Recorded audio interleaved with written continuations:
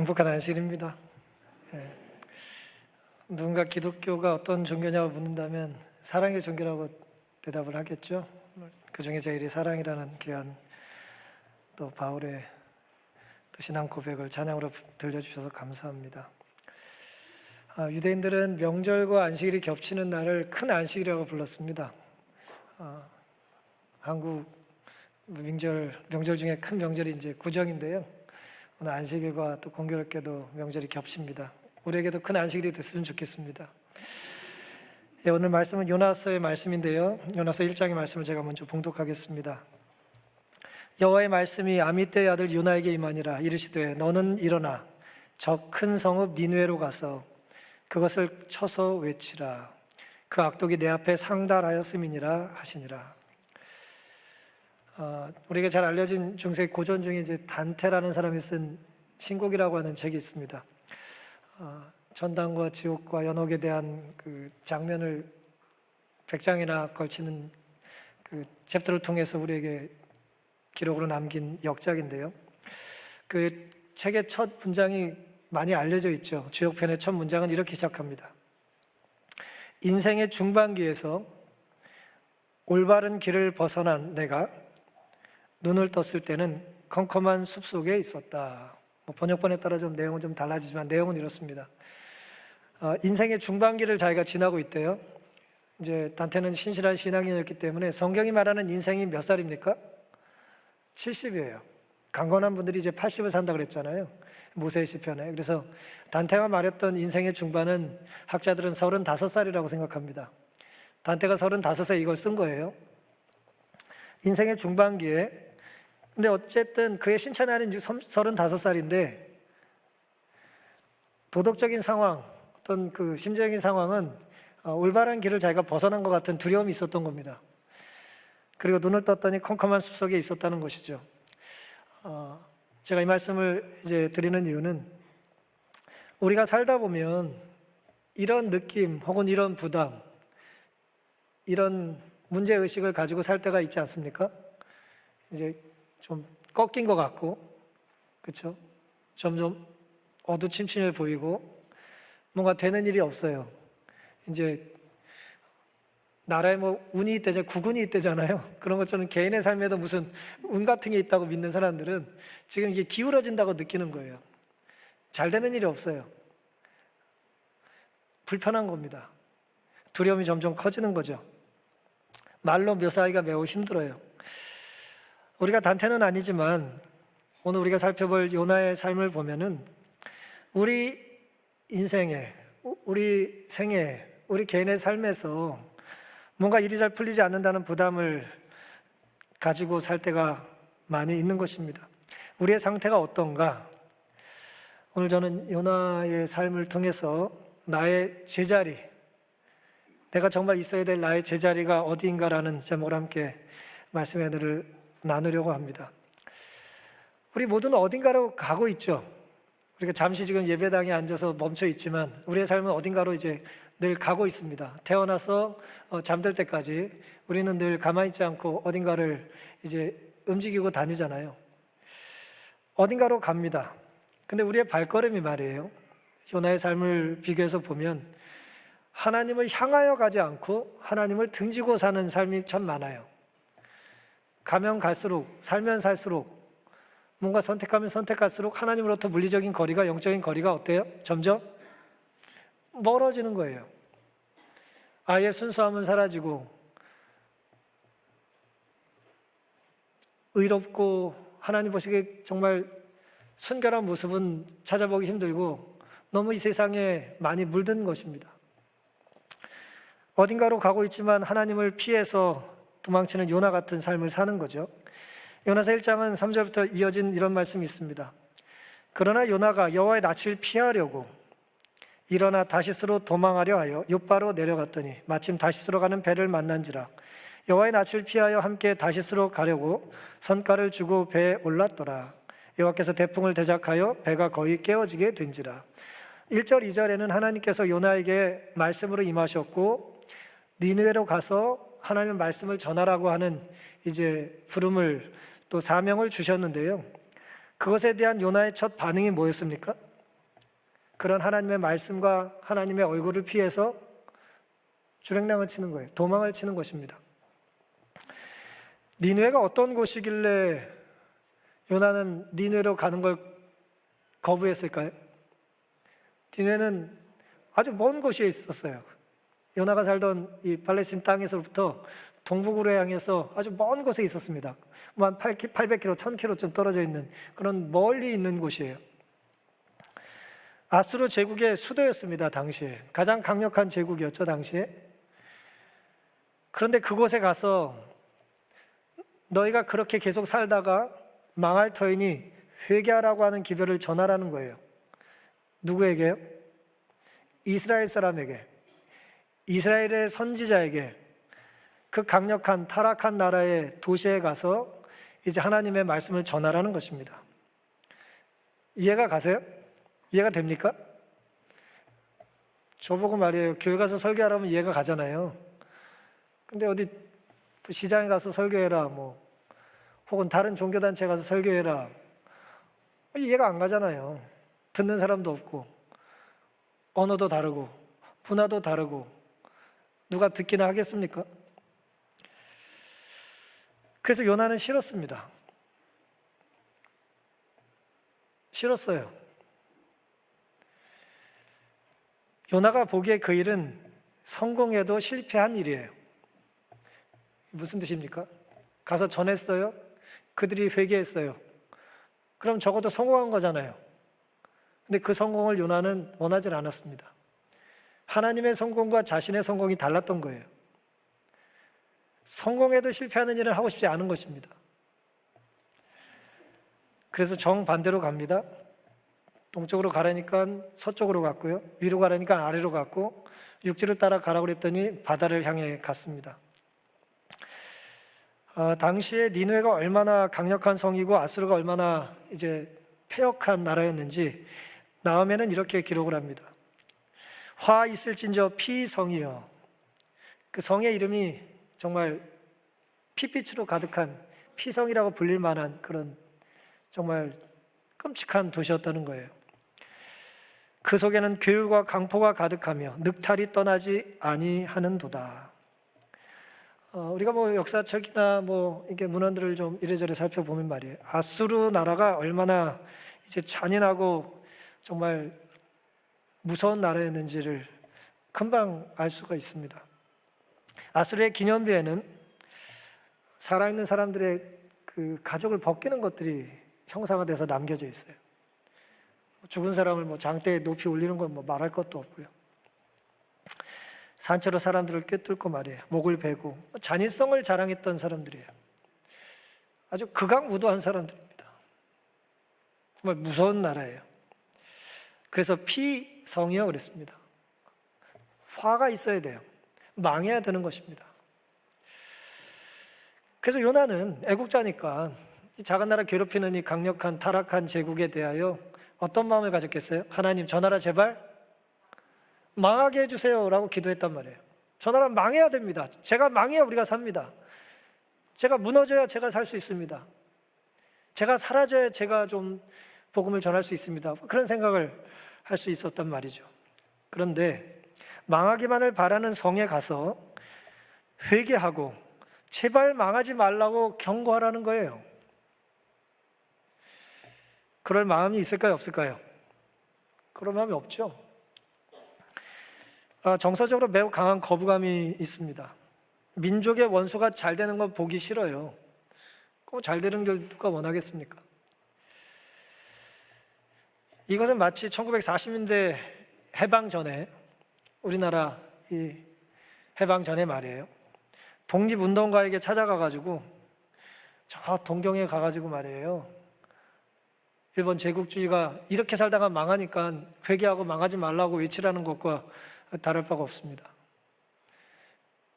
불가능한 일일 뿐더러 가고 싶지 않은 일이에요. 망해야 될 나라에 가서 망하지 말라고 말한다는 게 얼마나 이제 납득하기가 힘드냔 말입니다. 2차 대전 중에 유대인 랍비가 독일 수도 베를린에 가서 회개하라고 설교를 하면은 듣겠습니까? 듣겠어요? 잡혀서 죽겠죠. 그런 상황이랑 비교할 수 있는 것입니다. 제정신이 아닌 시대에 정신 나간 군주에게 혹은 제국의 시민들에게 얼마나 자부심이 강했겠습니까? 내가 아수르 사람이고 그냥 아수르 사람도 아니에요. 어디 살아요? 니느웨에 살고 있어요. 지금은 뭐 사대문의 개념이 좀 흐트러졌지만 조선시대 사대문 말이에요. 한성, 사대문. 그 안에서는 이게 얼마나 대단한 자부심이고 자랑이었냐 말이에요. 요즘 뭐 그게 이제 강남으로 좀 바뀐 것 같습니다. 강남도 뭐 다 강남이 아니잖아요, 또. 그런 곳에 가서 뭐 하라고요? 그렇게 살다가 너희들 죽는다는 거예요. 받아들이기가 쉽지 않은 거죠. 누가 그 소리를 듣고 반응을 하겠냐 말이에요. 요나의 생각이에요. 내 말을 들을 리도 없는 사람들에게 하나뿐인 생명을 걸 가치가 있을까요? 저 어디서 굴러먹다 온 사람이야? 그럴 거 아닙니까? 그 작은 나라에 불면 날아갈 것 같은 어디 붙어 있는지도 모르는 곳에 선교 선지자라는 사람이 와가지고 말이에요. 회개하라고, 안 그러면 망할 거라고 얘기를 하니 이 사람들이 느끼기에는 참 인간적인 생각에는 황당한 일이란 말이죠. 이렇듯 때로 하나님의 말씀은 의심스럽습니다. 내 생각과 내 경험과 현재 상황과 좀 달라요. 하나님이 좀 한 50년이나 100년쯤 딴 데 계시다 오신 분 같아요. 요즘 시세를 잘 모르시는 것 같아요. 요즘 상황, 요즘 사람들의 민심에 대하여 하나님이 관심이 없으신 것 같이 느껴지는 것입니다. 그래서 요나는 도망을 쳐요. 그들이 회개하기를 원하지 않기 때문입니다. 일부 유대인 사이에서는 예언의 영이 이스라엘 땅에 국한된다는 견해가 있었다. 요나는 이스라엘 지경을 벗어날 수만 있다면 예언의 영도 피할 수 있을 것으로 생각했다 그랬어요. 그러니까 왜 도망을 쳤냐? 하나님께서 어디 계시다고요? 이스라엘, 특별히 예루살렘에 계시니까 예루살렘, 이스라엘을 벗어나면 하나님으로부터 내가 이제 하나님의 영향력으로부터 내가 벗어날 수 있을 거라는 정신 나간 생각을 한 사람들이 있었다는 거예요. 그래서 이제 도망을 친 겁니다. 요나는 하나님의 지혜를 의심했고 의심하고 싶었어요. 자신이 순종해서 얻을 것이 없어 보였습니다. 배를 탔고 풍랑을 만났고 또 선주와 선원들에 의해서 바다에 던져집니다. 요나는 역주행의 대가를 톡톡히 치렀습니다. 운전해 보실 때 가끔 역주행하시는 분들 있어요. 여기 별내 IC에도 나오다 보면 좀 역주행 잘하는 길 있어요. 거기 가끔 사람들이 거꾸로 오잖아요. 헷갈려가지고 큰 사고가 나기도 하잖아요. 요나가 지금 하나님께서 가라는 곳으로 가지 않고 정면으로 도전하고 역주행을 하는 것입니다.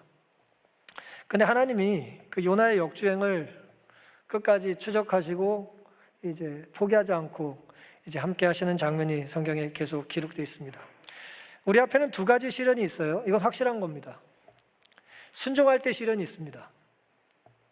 순종하면 시련이 없다고 생각하는데 그렇지 않아요. 순종하기 때문에 다가오는 시련이 있습니다. 두 번째 시련은 뭘까요? 순종하지 않기 때문에 오는 시련입니다. 지금 내가 가는 방향이 하나님께서 명령하신 곳을 향하고 있기를 간절히 바랍니다. 하나님께서 하라는 것을 해도 우리가 견뎌야 될 어려움이 있어요. 하지만 하나님께서 가라는 곳과 반대로 가면 그 어려움과 시련은 하나님께서 물론 개입해서 우리를 도와주실 수 있습니다만은 그것은 우리가 추구해야 될 방향은 아닌 것이죠. 하나님께서 다스리지 못하는 곳이 없습니다. 하나님은 이스라엘에만 갇혀 계신 분이 아니죠. 하나님은 성전에만 계신 분이 아니에요. 성전을 따로 구별하신 건 맞지만 성전 밖에도 계시고 온 세상에 하나님은 임하실 수가 있습니다. 문제는 오직 인간만 하나님의 뜻을 거역할 자유가 주어졌다는 거예요. 우리는 하나님의 뜻을 거역할 수 있어요. 요나는 그리고 거역하는 편을 택한 것입니다.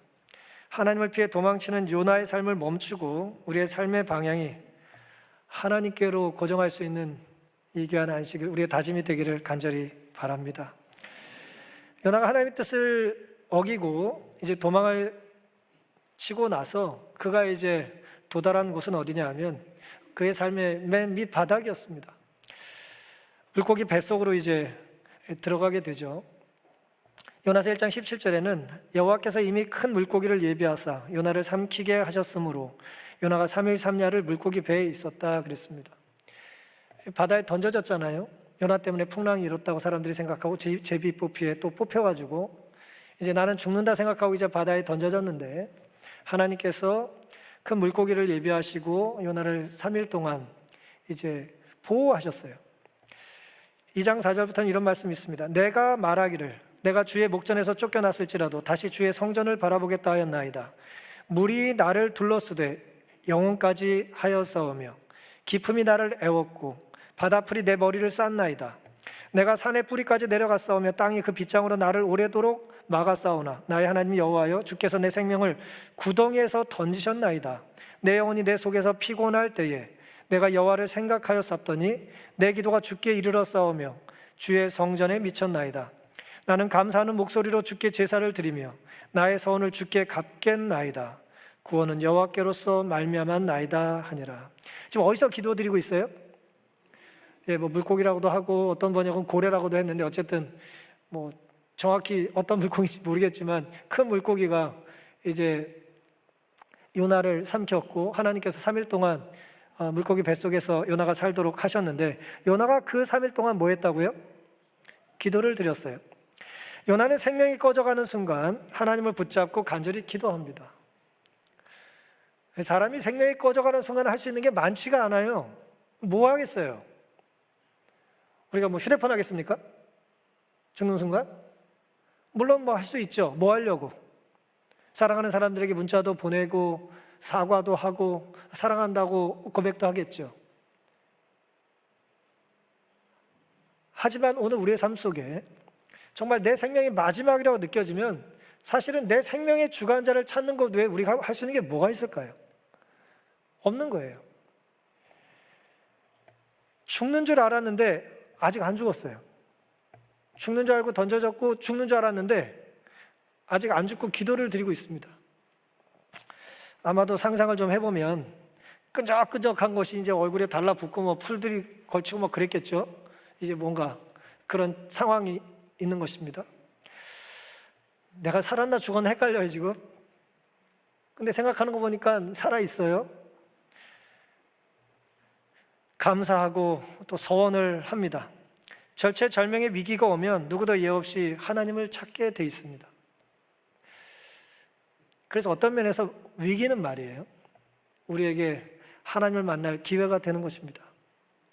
우리의 간절함은 전능하신 하나님을 경험할 수 있는 기회가 되기도 해요. 죽음을 앞두고서야 회심하는 이들은 요나만이 아니라 지금도 많이 있습니다. 물고기 뱃속에 갇혀서 산의 뿌리까지 내려가고서야 그는 주의 성전을 바라보겠다고 이제 기도를 했습니다. 긴 기도죠. 뭐 문장으로는 짧지만 간절함을 가지고 정말 죽기 살기를 얼마나 열심히 치열하게 처절하게 기도를 드렸겠어요? 근데 이 기도를 한마디로 줄이면 뭐겠습니까? 이 기도 한마디로 줄이면 뭘까요? 아직 살아있어서 기도를 하고 있긴 있는데 이 기도는 어떻게 응답받길 원하는 거예요? 물속에 들어서 죽은 줄 알았더니 물고기 속에 들어갔고요. 계속 거기 살길 원하지 않잖아요. 정확히 뱃속인지 아닌지도 몰랐을 거예요. 물속인데 이렇게 깜깜하고 이상하다 뭐 그랬겠죠. 기도 한마디로 뭡니까? 나를 살려만 주신다면, 그렇죠? 나를 한 번만 살려주신다면 내가 잘해보겠다 뭐 그거 아니에요? 우리 기도가 뭐 다 뭐 복잡한 것 같지만 다 비슷한 거 아닙니까?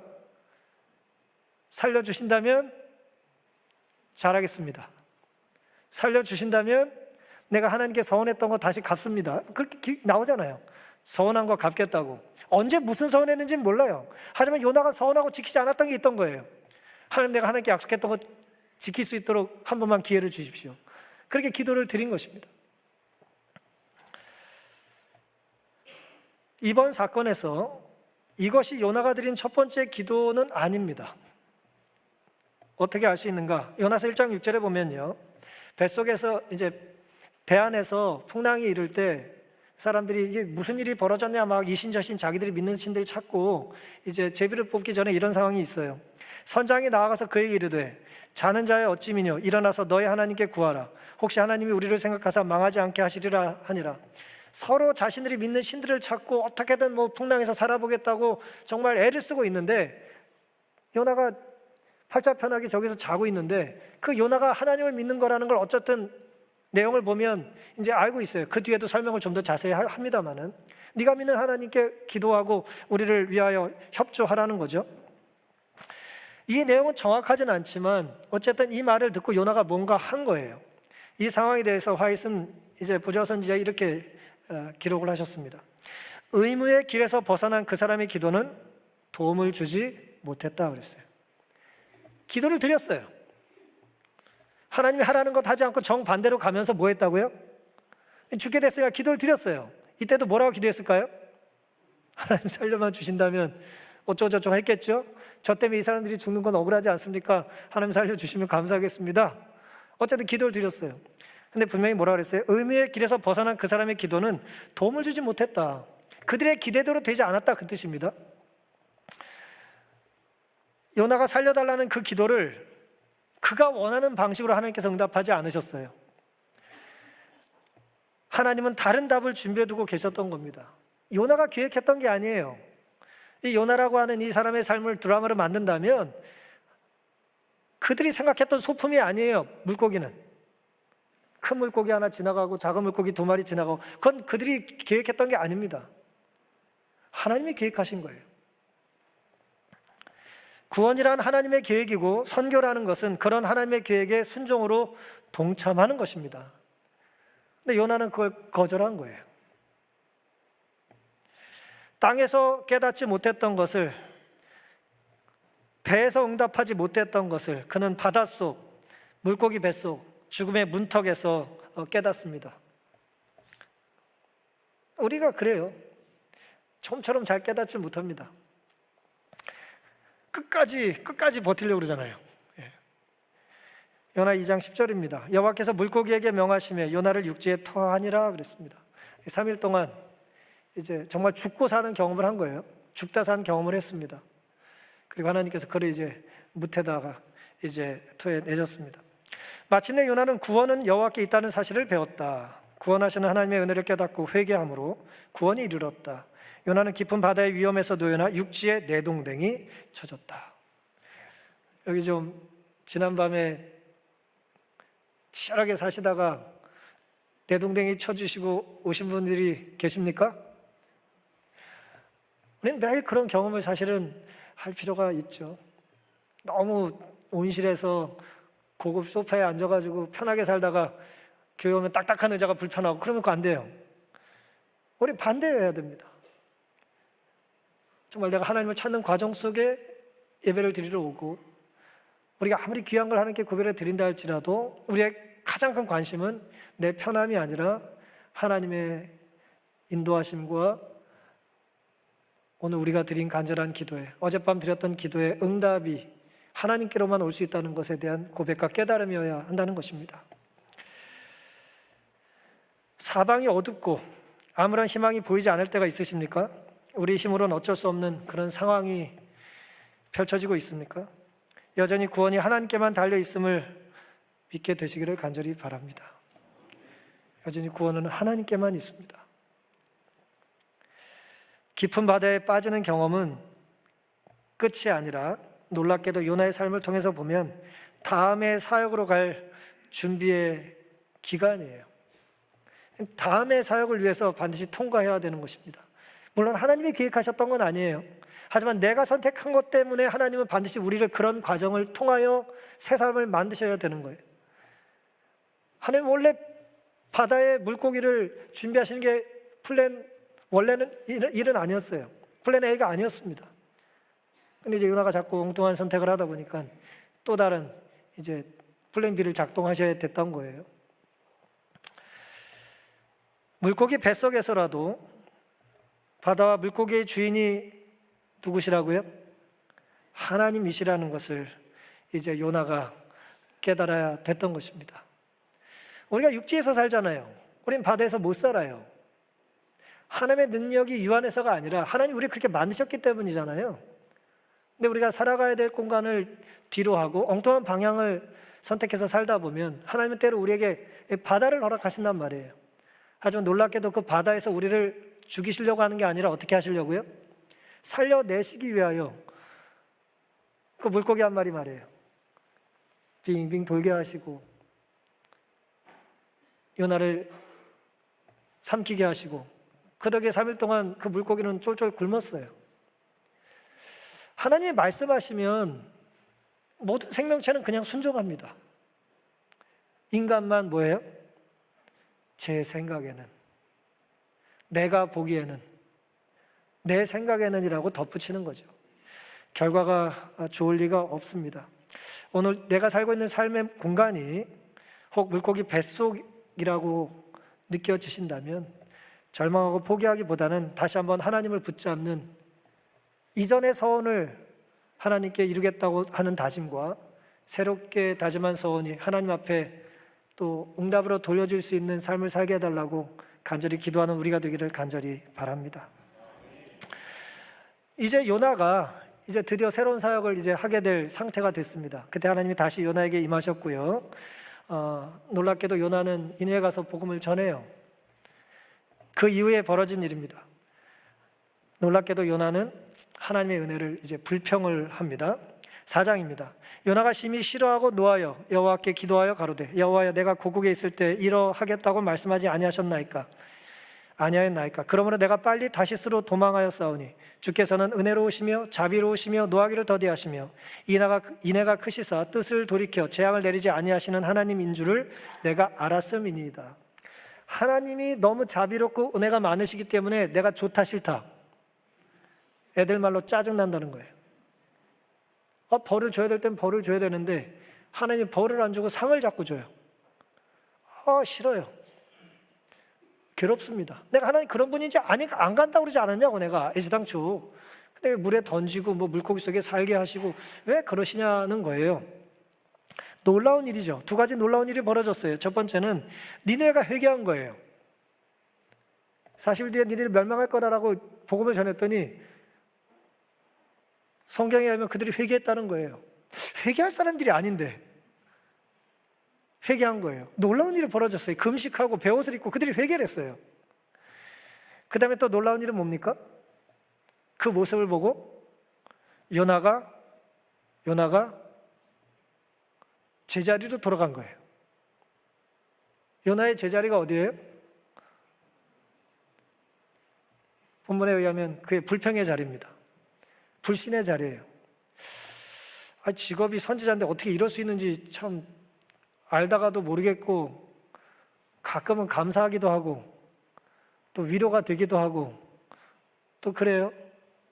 비슷한 사람들이 옛날에도 있었구나 그런 생각이 드는 것입니다. 요나는 그 도시가 악함에도 불구하고 베옷을 입고 제에 앉아 회개하게 하심으로 그 성을 아끼시는 하나님의 목적을 알았을 때 제일 먼저 하나님의 놀라운 은혜를 인해 뭐 해야 됐다고요? 기뻐했어야 하였다. 기뻐했어야 되는 거예요. 그들이 회개하니까 기뻐했어야 됐는데 그러나 그렇게 하는 대신 그는 자신이 거짓 선지자로 역임을 받을 가능성에 대해 골똘히 생각하게 되었다. 자신의 평판에 눈이 멀어 그는 그 불쌍한 도시에 있는 영혼들의 무한히 큰 가치를 보지 못했다 그랬습니다. 이 성이 확 무너져 내렸으면 이렇게 말할 수 있잖아요. 어머, 저 사람 대단하네. 회개해라. 심판이 가까웠다. 안 그러면 니네 망한다. 라고 근데 망하면 능력 있는 사람으로 인정을 받을 것 같은데 기껏 전했더니 안 망해. 그러니까 뭐예요? 자기가 실없는 사람이 될 것에 대한 두려움이 있었다는 거예요. 회개한 니느웨 백성을 보고 기뻐하는 대신에 거짓 선지자로 취급받는 것에 대한 분노를 하는 거예요. 자기 평판을 누구보다 귀하게 여겨요? 구원받은 영혼들보다 귀하게 여기는 거예요. 평판이 중요한 거예요. 평판이. 니느웨는 오랫동안 악의 소굴이었으나 시민 전체가 악에 빠진 것은 아니었다. 모든 인생을 보시고 각종 보물을 눈으로 발견하시는 하나님께서는 그 성읍 가운데 상당수의 사람들이 선하고 고상한 것을 잡으려고 손을 내밀고 있으며 만일 살아계신 하나님을 배울 기회가 주어진다면 악한 행위를 버리고 하나님을 예배할 사람들이 많이 있음을 아셨다. 하나님이 보시는 것과 하나님이 아시는 것이 우리가 보는 것과 우리가 아는 것과 다릅니까? 달라요. 너무나 다른 것입니다. 그리하여 전지하신 하나님께서는 결코 실패함이 없는 방법으로 그들에게 당신을 나타내시어 할 수 있으면 그들을 회개하도록 인도하고자 하셨다 그랬습니다. 이 마지막 문장은 좀 이해하기가 좀 곤혹스럽습니다. 왜요? 결코 실패함이 없는 방법으로 그랬어요. 사람이 물에 떠들었는데 물고기가 그를 한 방에 캐치하는 확률이 얼마나 될까요? 또 뱃속에 들어서 3일 동안 어떻게 살겠어요? 이게 하나님이 베푸신 기적인데, 결코 실패함이 없는 방법이라고 하면 우리가 문맥을 통해 보면 하나님이 누굴 택하신 거예요? 누굴 택하신 겁니까? 요나를 택한 거잖아요. 요나를 택한 게 하나님 보시기에 결코 실패함이 없는 방법이에요? 결코 성공하기 쉽지 않은 방법이잖아요.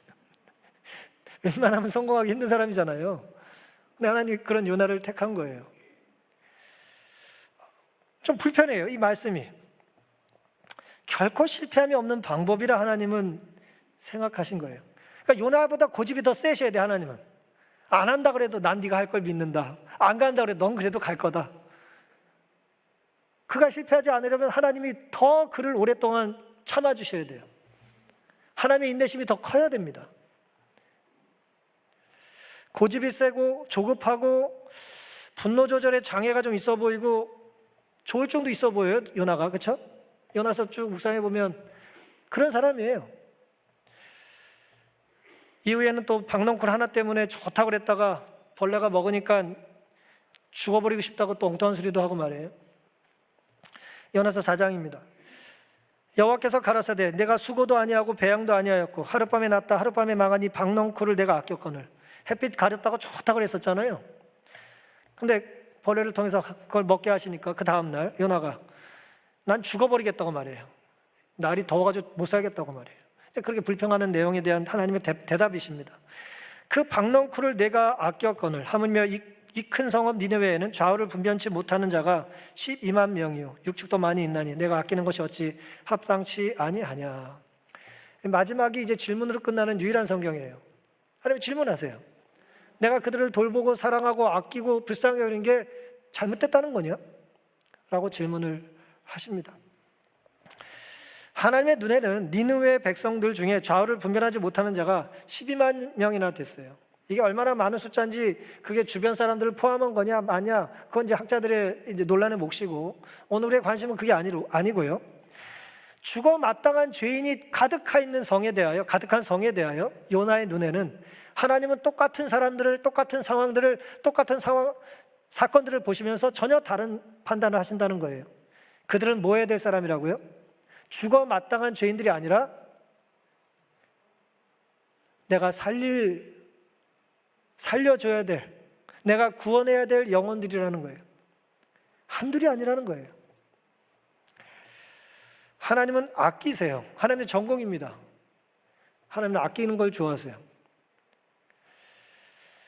그래서 자꾸 부르십니다. 쓸모없는 것 같은데 부르시고 필요 없는 것 같은데 부르시고 도움도 안 되는데 자꾸 오라 그래요. 불쌍히 여기십니다. 너도 살아야 된다는 거예요.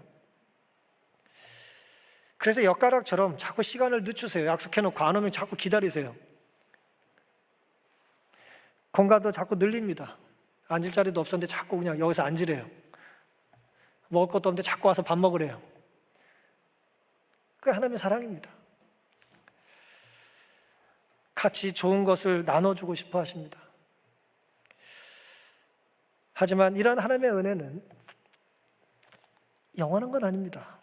하나님의 속성은, 사랑의 속성은 영원하지만 우리에게 주어지는 은혜의 시기는 한계가 있어요. 왜냐하면 우리의 생명이 유한하기 때문에 그렇습니다. 하나님께서는 사람들에게 은혜의 기간을 허락하신다. 그러나 그 기간에는 한계점이 있어서 그것을 넘어서면 하나님의 참으심도 끝나고 정해진 형벌이 분명히 따르게 된다. 오늘 우리의 선택은요, 자유죠. 우리가 뭘 하든 자유입니다. 어딜 가든 어디 있든 하나님이 베푸신 놀라운 은혜에 대해서 내가 감사하든 불평하든 우리 선택이에요. 하지만 우리는 언젠가 우리의 선택에 대하여, 우리의 반응에 대하여, 하나님이 베푸신 놀라운 은혜에 대하여 우리가 취했던 모습에 대하여 계산해야 될 때가 올 겁니다. 오늘 우리의 삶 속에 하나님이 베푸신 놀라운 은혜에 대하여 불평하는 사람들이 아니라 감사하는 성도들이 될 수 있기를 간절히 바랍니다. 빅터 프랭클이라고 하는, 제가 이제 사람의 이야기를 여러 번 해드렸을 텐데요. 이제 죽음의 수용소에서라는 이제 책을 썼던 유명한 이제 2차 세계대전 때 살아남은 정신과 의사입니다. 이 사람의 회상록에 보면요, 이런 흥미로운 이야기가 하나 있습니다. 그 사람은 정신과 의사였고, 이 사람은 신경학자였고요, 또 철학자였어요. 아주 똑똑한 사람이죠. 박사학위가, 어려운 박사학위가 2개나 있는 아주 똑똑한 사람이었는데요. 1905년에 오스트리아 빈에서 태어났고, 빈 대학에서 이제 의학과 철학 2개 다 박사학위를 받은 그런 사람이었습니다. 개업을 해서, 요즘 말로 얘기하면 개업을 해서 전문의 활동을 하다가 전쟁이 났어요. 그리고 이제 어쨌든 잡혀갑니다. 그리고 가족이 다 죽어요. 여동생 하나만 남고, 이제 자기 간신히 살아남고, 4군데나 수용소를 전전하면서 그 유명한 아우슈비츠까지도 갔었는데, 어쨌든 3년 반 동안 이제 포로 생활하다가 극적으로 살아납니다. 그가 이제 자기의 삶을 회상하면서 이런 이야기를 한 적이 있습니다. 이제 전쟁이 아주 이제 극에 달하기 전에, 유대인들이 그래도 아직은 이제 포로 수용소에 갇히기 전의 상황입니다. 이 사람이 똑똑한 사람이기 때문에 이제 미국을 가려고 준비하고 있었어요. 미국 비자가 나오면 이제 가려고. 유대인들이 많이 이제 독일을 탈출했으니까, 당시 이제 오스트리아 빈, 어쨌든 그곳에서 많이 탈출했던 사람인데요. 미국으로 가는 비자를 이제 몇 년 동안 기다렸는데 허가가 잘 나지 않는 거예요. 하나님의 뜻이 어디 있나 기도를 간절히 드렸답니다. 근데 어느 날 저녁 집에 와보니까 거실 위에 작은 대리석 조각 하나가 눈에 들어왔습니다. 이 아버지에게 이거 어디서 난 것이냐고 여쭤봤습니다. 그랬더니 화재 현장에서 주워왔는데, 시나고그, 그러니까 유대인 회당이 이제 폭격을 맞고 이제 독일 사람들이 다 무너뜨렸기 때문에 불에 탄 그 회당에 이제 파편이 하나 이제 아버지가 들고 왔던 거예요. 그런데 아버지 말씀에 오늘 화재 현장에서 주워 왔는데 율법을 기록한 대리석들이 모두 훼손되었더구나 그러는 거예요. 십계명을 기록했던 그 돌이 깨졌는데 그 중에 일부를 아버지가 들고 온 거예요. 십계명 중 하나가 이제 히브리어로 새겨져 있는 이제 그 돌덩어리, 그거를 이제 가지고 온 겁니다. 그래서 궁금하잖아요. 10개의 계명 중에 어떤 계명이 있는 돌인지.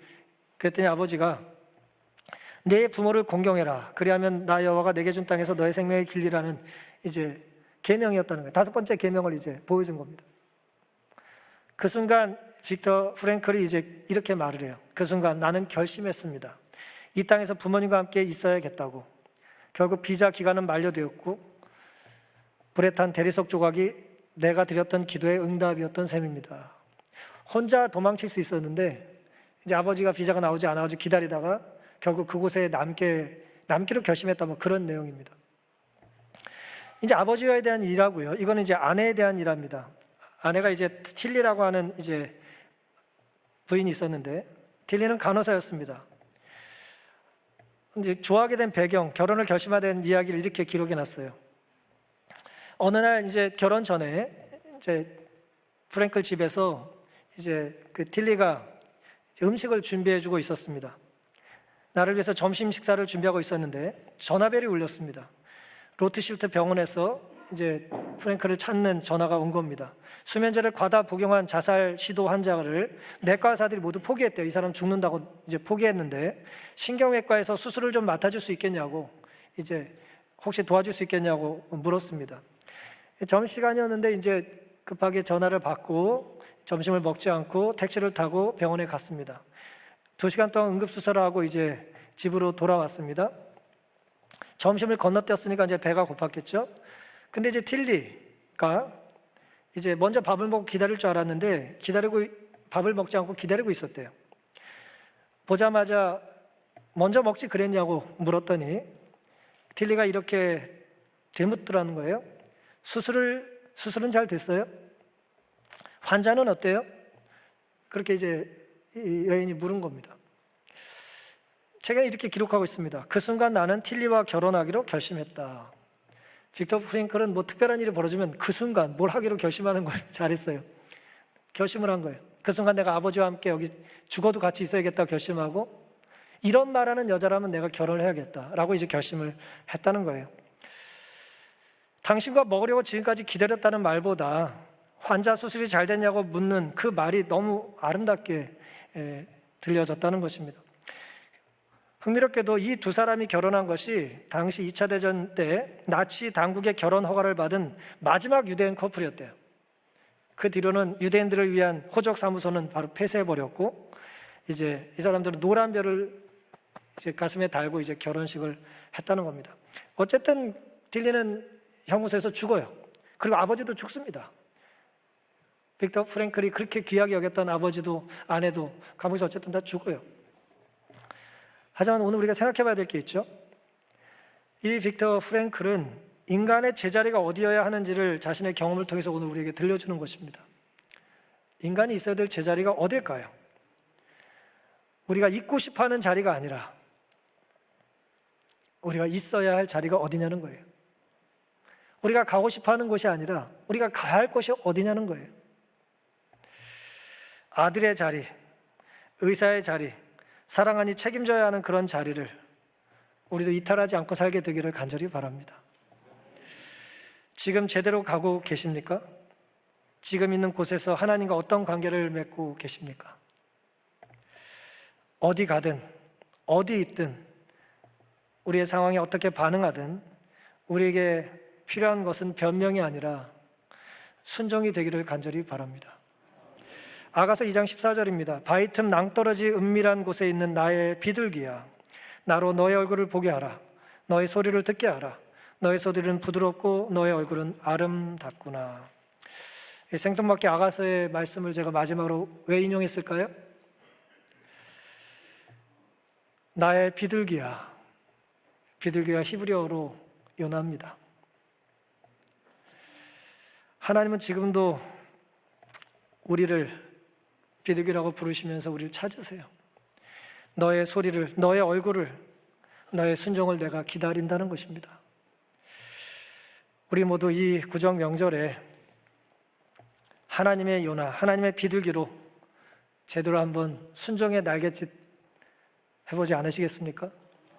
불편하지만 사랑하는 가족들을 향하여 좀 다가가고, 내가 하나님의 자녀이기 때문에 감당해야 될, 내가 가고 싶은 길이 아니라 내가 가야 할 길, 하나님께서 기뻐하실 만한 나의 제자리를 제대로 찾는 귀한 명절 안식일 되기를 바라면서 오늘 말씀을 마치겠습니다.